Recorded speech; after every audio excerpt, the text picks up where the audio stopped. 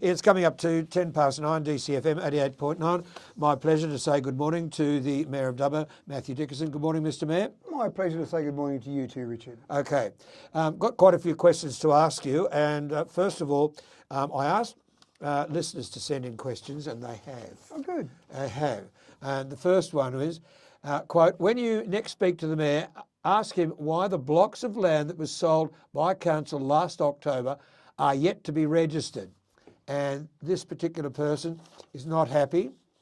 The vendor has 12 months to register the land. This particular person who bought the land was not made aware of that at the time of purchase. She would have gone to a different vendor and purchased a different block of land. She's trying to build a house. And the current state of housing in Australia, and Council would be trying to expedite these things to get houses built. Your answer? It is disappointing, and I do apologise to those people who did buy at the auction last year. Obviously, we thought that those blocks of land that were being sold for plan would be ready and registered by now. They haven't been. Why is that? There's a contractor that's working through the process to put the infrastructure in the ground, to do the street lights, to do the roads, so basically build that estate. And we didn't think it would take this long. There have been some issues along the way, and so we're at the point now. In fact, we just had an internal meeting about it only last week to talk about exactly this issue, because I actually thought we're at the point where we could register them now, and I was wondering why we weren't selling many blocks of land. But it turns out that we still can't register those blocks of land, and it's still not something that's going to happen in the next few weeks. It's probably still 3 months away before those blocks will be registered. So it'll probably be getting close to the end of September. And again, you're right, when you buy those blocks of land, you've got 12 months so that when you pay your deposit, if they're not ready to be registered within a 12-month time frame, those people can get their deposit back and walk away and go and buy some land somewhere else. No one, including Council, thought that it would be anywhere near the 12-month time frame before those blocks will be registered. So it is disappointing again. I do apologise to those people, but for those people that bought auction or bought those blocks at auction, that's disappointing. But even from a Council perspective, we want to be selling those blocks of land for people that are moving to Dubbo. Well, mate, you haven't sold many, have you? You've still got 42 from memory. And that's the discussion that we had when we met earlier on. As I said, we met just recently. That discussion was all about, why haven't we sold these blocks of land? Why aren't we selling them? And that was when it came to light that they actually weren't able to be registered yet. So people probably aren't likely to buy them until you can actually start building on them straight away. So it is disappointing. I do apologise. We're doing everything we can to make that happen as quickly as possible, but assume that it will be the end of September before they're able to be registered and people can actually start building on them. Yeah. So good question from a listener. And again, I can't express my apologies enough on that. I would have liked to have seen them building on there straight away. There's a housing shortage. People want to be here in Dubbo. We want them to be able to build here in Dubbo. Council don't do it very well. Mars do it really well. You've got to admit, the private developers really do it better than Council. Well, the contractor on that particular job is Mars. Yeah, I know that. But I mean, the bottom line is that they get everything ready before they sell. And this was unusual for Council to sell off the plan. It's not something we've done before, or maybe later on in the process. So it was something we tried to be different. We tried a different process with the auction, selling off the plan. So we've tried a few things there, and they haven't worked as well as we would have liked. Haven't worked at all. Anyway, it's been a shambles. You've got to admit, it's a bloody shambles. Moving right along, the next shambles I want to talk about. So this is another listener question? No. Yes, it is. And it's in so many questions from listeners on this. I've put them all together. Right. It's the Drug and Alcohol Rehabilitation Centre. We've got the state government saying, on one hand, yes, we're going to go ahead with Spears Drive. On the other hand, the minister said yesterday in a press release, no, we're going to look for other options, and telling Council to look for other options. And then also saying they've got a third party, I don't know who that is, and it wasn't mentioned in the media, to try and help smooth the waters. Now, Council basically are giving land away, ratepayer land away. Why are you doing that? Well, we're not yet giving ratepayer land away at the moment. But it's been suggested. Well, the Council meeting last night, there was a resolution that came forward that was approved by Council that said that we asked the CEO to go and give us the financial, the regulatory, the legal processes involved if we were to give away a parcel of land to the state government for a health facility. So there was discussion, you may remember, There was some discussion in the past that council had promised to give land away. Well, that was never resolved. There was a discussion. There was some reports about the possibility of that, but it had never been resolved, so it had never been formalised from council. We're talking about Spears, we're talking about Bungle Gumby, we're talking about Green Grove, we're talking about all these other things, aren't we? Or, except Spears has nothing to do with council. Spears was never a suggestion of council. That was owned by one department of state government. Yeah, sorry, it's a state government land. That's right, and the health department paid $1.42 million for that from another department of the government on the 2nd of June this year. So you would suggest that that means they're going ahead. And keep in mind, what I can't stress enough with this, Richard, is that this is within the power of the state government, not within the power of council. Yeah, you made that point before, so everybody understands that. Well, I'm not sure they do. People still talk to me and they say, why are you putting the drug rehab in an inappropriate location? We've got a formal resolution of council to say that we formally oppose that location. Indeed. If we could change that location, if we had that power, we would do that. Now, it's interesting because as a result of the resolution of council last month, I sent a letter off to the Minister, the Health Minister, Ryan Park, and I waited a few weeks and nothing. I sent another email off and said, could you please give me an answer? I got a response back from his staff that said, we've received your initial letter and we're reviewing that. And then next thing you know, I saw the media release, but I've still got no formal communication from the Health Minister. So the resolution last night didn't say that we would give land away, but it's possible we may give land away in the future once that information comes back and once the state government, if they say to us that they would like another parcel of land that we've got. Now, they've got compulsory acquisition powers anyway. They could change their mind tomorrow and go anywhere else in Dubbo that they decided to go. We're trying to help them out. Now, the question was asked last night, approximately how many parcels of land have we discussed with the state government over the years we've been talking about this? That was going to be my next question to you. Yeah, how many? Approximately 16 parcels of land we've talked about in ongoing discussions with the state government, and they could be Crown land, they could be areas of land in the zoo, that might be spare parcels of land, a whole range of parcels of land across the LGA. And again, the state government made a decision on some land that they had under another department there because they've got that power. They've got the power to go wherever they like. I don't think it's in the right location. Council formally doesn't think it's in the right location, but entirely up to the state government to move that location if they so choose.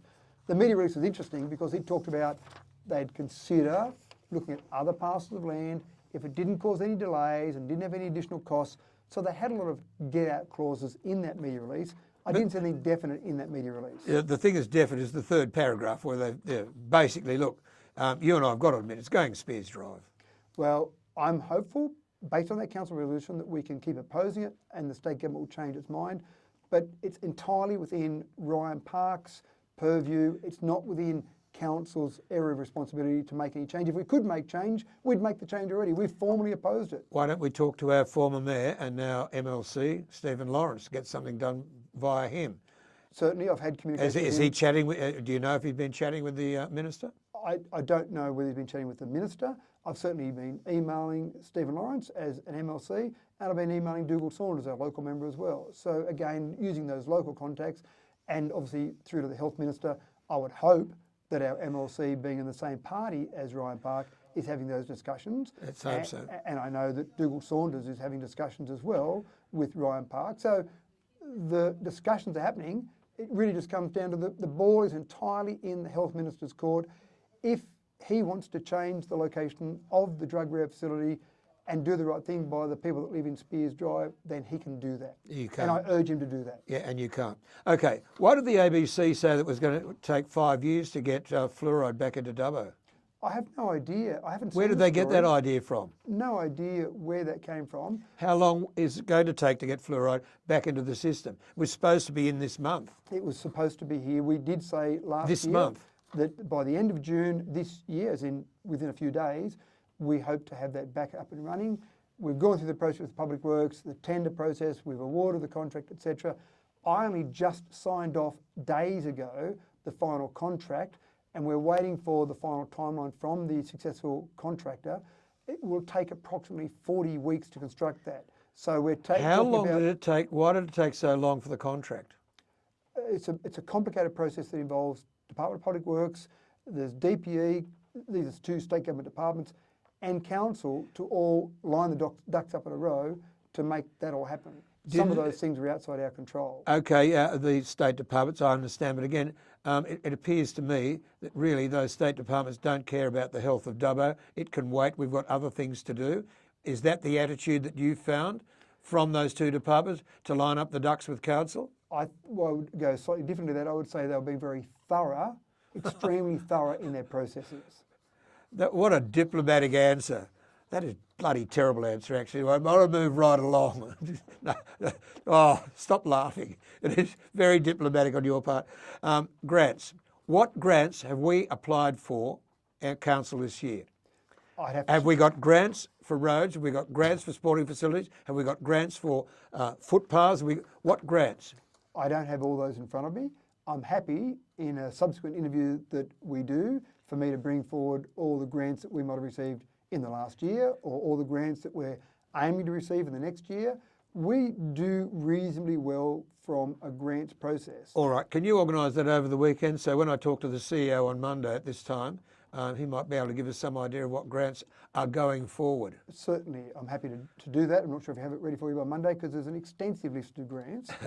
And one of the things that's interesting about grants is that when you're putting in for grants, you've got to be able to afford to put in for a grant. I know that sounds crazy, but the first part is you'll often have to put together a range of information to apply for a grant. That costs you money. There's staff time involved with that. And then you've got to be able to afford to take the grant. Many of these grants are 50-50 funding, so dollar for dollar. So there might be a grant for $1 million to do something, but you've got to have $1 million of council money to add to that. Now, if you can do that, it makes it cheaper overall, but you've still got to have that money within your budget. So you can't get every grant that's out there, and obviously they try and share it around to a certain extent. But I think we do reasonably well with grants, and we'll get that list for you. Lovely. All right. Talking of the budget, which as you mentioned, the budget word, emergency services levy and other things have been foisted on us by the state government have put our budget in some jeopardy to the tune of $2 million. Are we going to see a rate rise such as Armidale, such as Lithgow, 47% in 1 year, or is council able to manage the finances even with the debt that we are carrying at the moment?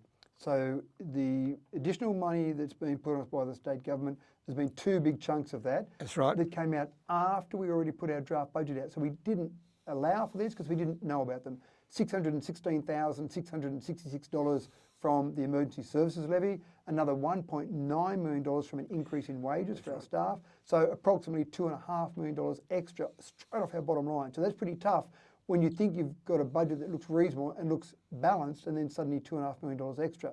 At this stage, there is no rate increase above the 3.7% rate pegging amount for the next financial year. So we approved the budget last night, approximately almost a $250 million budget, and that included that 3.7% rate increase. Now, that's not to say in future years we won't look at that. And so part of the resolution last night was to actually start to look at what we might need to do if we want to keep providing the level of services we've got. Well, that was my next question. The level of services, will they go down because we're down 2.5 million in the budget? Our aim for the financial year coming up, so from the 1st of July, is no, we want to keep providing the level of services as we are at the moment and keep that with that same rate amount, the normal rate pegging amount. But we've really got to look seriously at whether or not we do need to go and ask for a rate increase for the next financial year. So we'll do some work around that and see what that looks like. I'm not making any commitment one way or the other at this stage. I can commit for the next financial year, there will only be that rate pegging amount. Well, of course you can't commit for the year after because you've got to wait and see what you've spent this year. Well, we've got to go through that process and also have that discussion with councillors whether or not they're interested in going out to the community and saying we can't keep providing the same level of services without some form of additional rate increase, or people have said to us they want to keep the rates at that normal CPI type increase and reduce our services. We've got to go through that process, but look at other business units as well. And so, for example, one of the things discussed last night was putting the rates at Rainbow Childcare Cottage or Rainbow Cottage Childcare Centre up above a normal increase. So that's going up by 8.5%, which will start from the 1st of January next year, because that's bled for us approximately $430,000 off our bottom line. That's money that we could be spending on potholes, for example. Well, I'm going to bring up potholes right now. Okay. Because I have got from listeners the shocking state of Mayoral Road. Why is Wheelers Lane blocked off at the moment, taking so long? Just roads and roads. And really, it appears to me that the ratepayers of this particular city want something done about their roads, and like yesterday. Now, I know you're going to say it takes time, and I know you're going to say money, and I know you're going to say those sort of things. Are you going to look at structuring and looking at the whole program of road rebuilding in light of the fact that you get so many whinges about Wheelers Lane, so many whinges about Mayoral Road, and so many whinges about Sheraton Road? So the Wheelers Lane, that's a really good one. So that's a one that you have talked to me about several times in the past. Indeed, because I come along it every day. But that one is, we're doing work on... But it's slow. It takes time. And we've put that out in information to say to people for several weeks, in fact, I think it's a couple of months, there'll be various detours in place as we do that. So unfortunately, when you're doing major reconstruction work like is occurring there on Wheelers Lane, it will take time. So we've put that information out to tell people there will be some additional delays around there. Please be aware of that. There'll be detours at some points in time, but we can't do major reconstruction work without having some of those in place. So why don't you work Saturdays and Sundays? Well, then it becomes more expensive. So this is the problem. So we do work as much as we possibly can around what commuters need, but at the same time, you try and do it in the most cost-effective way. You start working overtime hours through the middle of the night, that all costs money. We're trying to stretch a budget as thin as we possibly can. Sheraton Road's another one that certainly people have talked about. I know you're going to say, you said last time, 2025. People are not happy with that answer.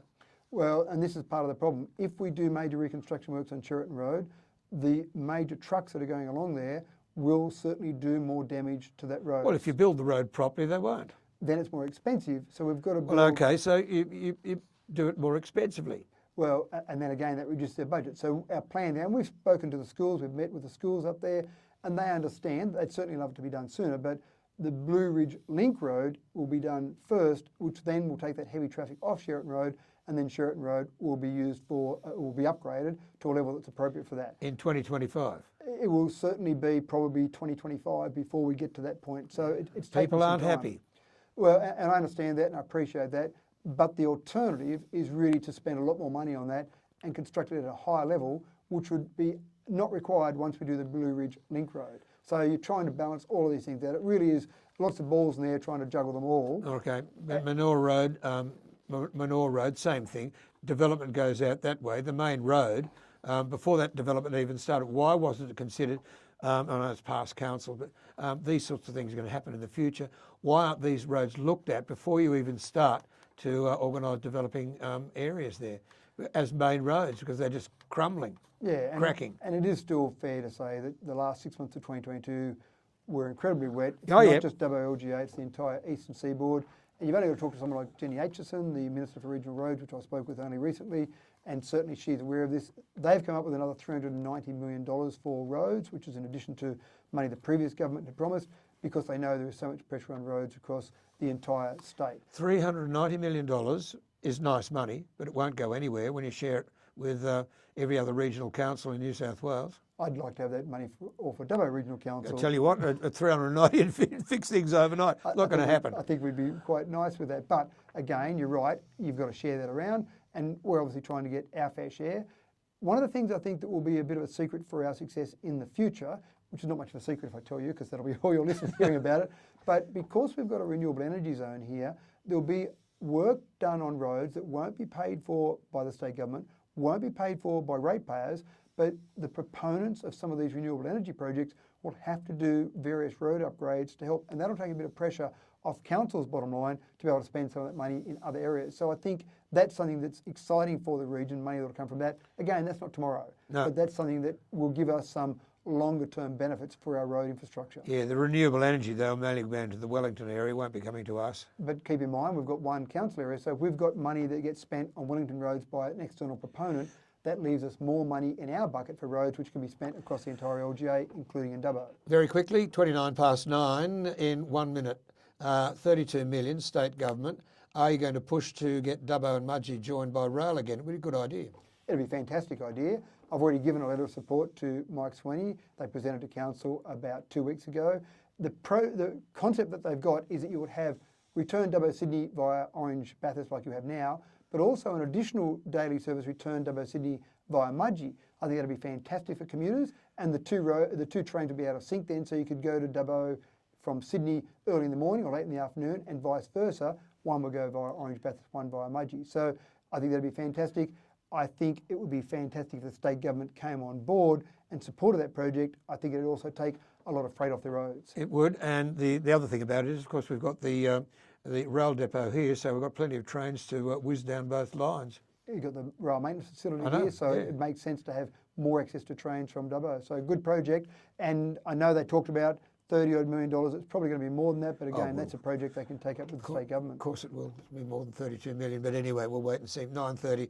Mr Mayor, thank you very much. I presume you have to wander off and do other media this morning. Always busy the morning after council meetings, but I do appreciate the time of all the media in Dubbo and Wellington, because it is good to be able to get the message out there about what happens at council meetings. That's what we've got to do.